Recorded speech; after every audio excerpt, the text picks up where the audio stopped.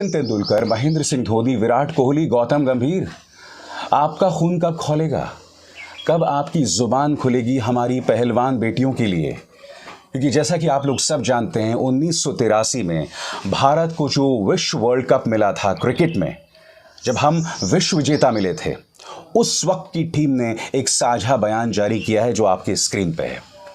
आप जानते हैं इस साझा बयान में क्या कहा गया है? इस साझा बयान में यह कहा गया है कि जो बर्ताव हमारी पहलवान बेटियों के साथ किया गया, जब 28 मई के दिन उन्हें दिल्ली की सड़कों पर घसीटा गया था, हम उससे व्यथित हैं और हम उम्मीद करते हैं कि उन्हें इंसाफ मिलेगा। सुनील गावस्कर, कपिल देव, मदन लाल, कीर्ति आजाद, ये वो तमाम लोग हैं जो इस वर्ल्ड कप क्रिकेट स्क्वाड का हिस्सा थे। 1983 जब भारत को पहली बार विश्व कप मिला था क्रिकेट में। और इन चेहरों को देखिए, महेंद्र सिंह धोनी, सचिन तेंदुलकर, विराट कोहली, गौतम गंभीर। चलिए, गौतम गंभीर तो भाजपा ही हैं, समझ आता है, मगर धोनी आपको किसने कहा है चुप रहने के लिए? क्योंकि सबसे अच्छी बात यह है दोस्तों कि अनिल कुंबले बयान दे चुके हैं। अनिल कुंबले वो व्यक्ति जिसे टेस्ट क्रिकेट में अब तक सबसे ज्यादा विकेट मिले हैं भारत की तरफ से, जिसने एक टेस्ट मैच में एक इनिंग्स में 10 विकेट लिए थे और वो अपने आप में एक वर्ल्ड रिकॉर्ड है। वो अनिल कुंबले आज हमारी महिला पहलवानों के पक्ष में खड़े हैं। मैं फिर आपसे पूछना चाहता हूं, आप खामोश क्यों हैं?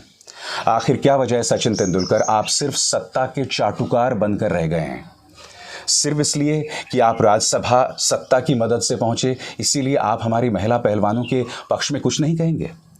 जब रिहाना और ग्रेटा थनबर्ग हमारे भारतीय किसानों के पक्ष में कहते हैं, याद कीजिएगा जब सिंघू और टीकरी बॉर्डर पर संघर्ष चल रहा था और जब इंटरनेट को काट दिया गया था, तब रिहाना और ग्रेटा थनबर्ग दोनों ने उनके पक्ष में कहा था।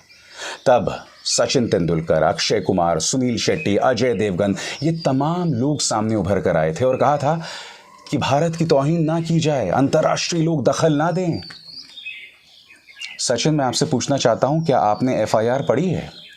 क्या आप जानते हैं जो शिकायतें की गई हैं, उन शिकायतों में एक शिकायत यह भी है कि विदेशी जमीन पर बृजभूषण शरण सिंह ने हमारी महिला खिलाड़ियों के साथ यौन उत्पीड़न किया था। विदेशी जमीन पर यह सब हो रहा था। हमारी ये युवा महिला खिलाड़ी जो हैं वो कसरत किया करती थी और ये व्यक्ति अंदर घुस आता था, सांस जांचने के बहाने उनके स्तन यानी उनकी छाती और पेट को छुआ करता था। और सचिन तेंदुलकर आप चुप हैं? आप जानते हैं सबसे दुख की बात यह है कि चाहे सचिन तेंदुलकर हो, चाहे महेंद्र सिंह धोनी हो या फिर विराट कोहली, गौतम गंभीर तो खैर छोड़िए, ये तीनों मेरे हीरोज हैं। तीनों में विराट कोहली मैं जानता हूं गुस्सैल स्वभाव के हैं, मगर जब वो मोहम्मद शमी के साथ खड़े थे ना दोस्तों, तब मेरे दिल में उनके लिए इज्जत बढ़ गई थी।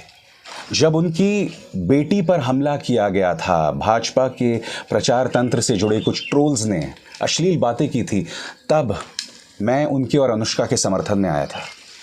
आप समझते हैं कि यह प्रचार तंत्र कैसा है? आप समझते हैं कि यह सत्ता किस तरह से रौंद रहा है अपने कदमों के नीचे? आज हमारे 1983 के वर्ल्ड कप विनर्स जो हैं वो हमारे महिला खिलाड़ियों के पक्ष में आ गए हैं। ये बात भूल जाइए धोनी जी, तेंदुलकर साहब और विराट जी। अभिनव बिंद्रा ओलंपिक्स में गोल्ड मेडल जीतने वाला, और आपके स्क्रीन्स पर नीरज चोपड़ा, ये सब सामने आए हैं और बात कर रहे हैं। मैं बीजेपी को बधाई देना चाहूँगा, वो मैं आपको बाद में जाकर बताऊँगा, मगर सबसे पहले दोस्तों, गोदी मीडिया में पापा की परियों की क्या दुर्दशा है ये मैं आपको एक वीडियो के ज़रिए बताता हूँ। आज तक में जो पापा की परी यानी कि जो एंकर थी, वो अपने दर्शकों से बात कर रही थी। तभी एक दर्शक शौकत अली ने उनसे सवाल किया कि ये बताइए, अगर बृजभूषण शरण सिंह की जगह शौकत अली होता तब मीडिया क्या करता, या तब आप क्या करती, या तब प्रशासन क्या करता?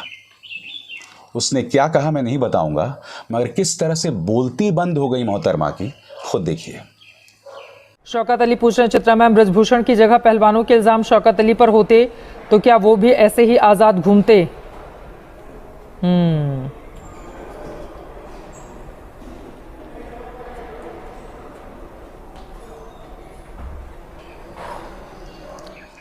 हकीकत यह है दोस्तों कि ये जो मीडिया है ना, ये खुद एक्सपोज हो रहा है।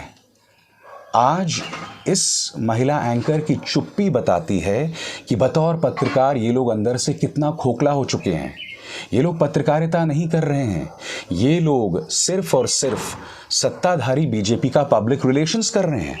इस सवाल का जवाब न दे पाना बहुत कुछ बता रहा है। ये बता रहा है कि ये मीडिया जो है कभी भी आम इंसान के पक्ष में नहीं कहेगी। मैं आपसे एक सवाल पूछना चाहता हूँ, वो जो इतना बड़ा ट्रेन हादसा हुआ उस पर मीडिया को लगातार बने रहना चाहिए था। मैं नहीं भूला हूँ, जब भी ऐसा बड़ा ट्रेन हादसा होता था हम लगातार उस पर एंकरिंग करते थे, लगातार ब्रेकिंग न्यूज़ करते थे। हमसे गलतियां भी होती थी, क्योंकि जब एक बड़ी ब्रेकिंग न्यूज़ होती है ना, तो कभी कभी कुछ ऐसी तस्वीरें सामने आ जाती हैं जो बहुत हिंसक होती हैं, विभत्स होती हैं, तो उसको लेकर हमारी आलोचना होती थी। मगर जब भी कोई बड़ा ट्रेन हादसा होता था तो हम सत्ता को जवाबदेह बनाते थे।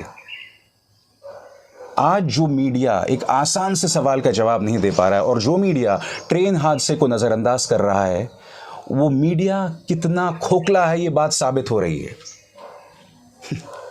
क्यों? क्योंकि वो सत्तारूढ़ बीजेपी के सामने पूरी तरह से नतमस्तक है।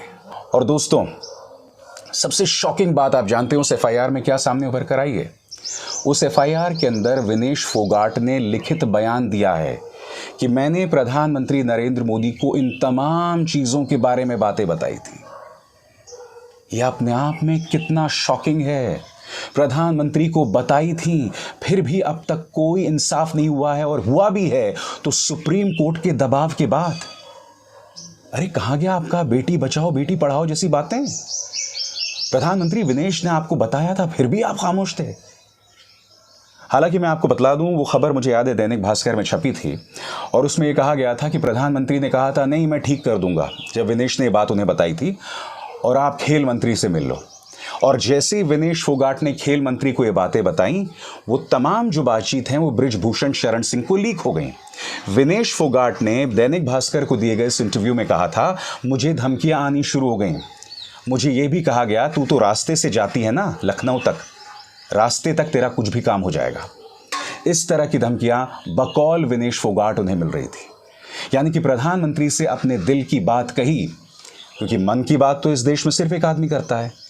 प्रधानमंत्री से अपने दिल की बात, अपने दिल का डर, अपना खौफ बताया, तो ये हाल हुआ एक बेटी के साथ कि उसे धमकी आने लगी, बकौल विनेश फोगाट। और कुछ दिनों बाद इस तरह से उन्हें सड़कों पर घसीटा गया, उनसे प्रदर्शन करने का अधिकार तक नोच लिया गया।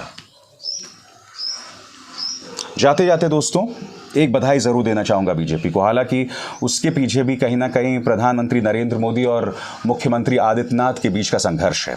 जैसे कि आप जानते हैं, कल माननीय बृजभूषण शरण सिंह को 5 जून को अयोध्या में जो रैली होने वाली थी उसे स्थगित करना पड़ा।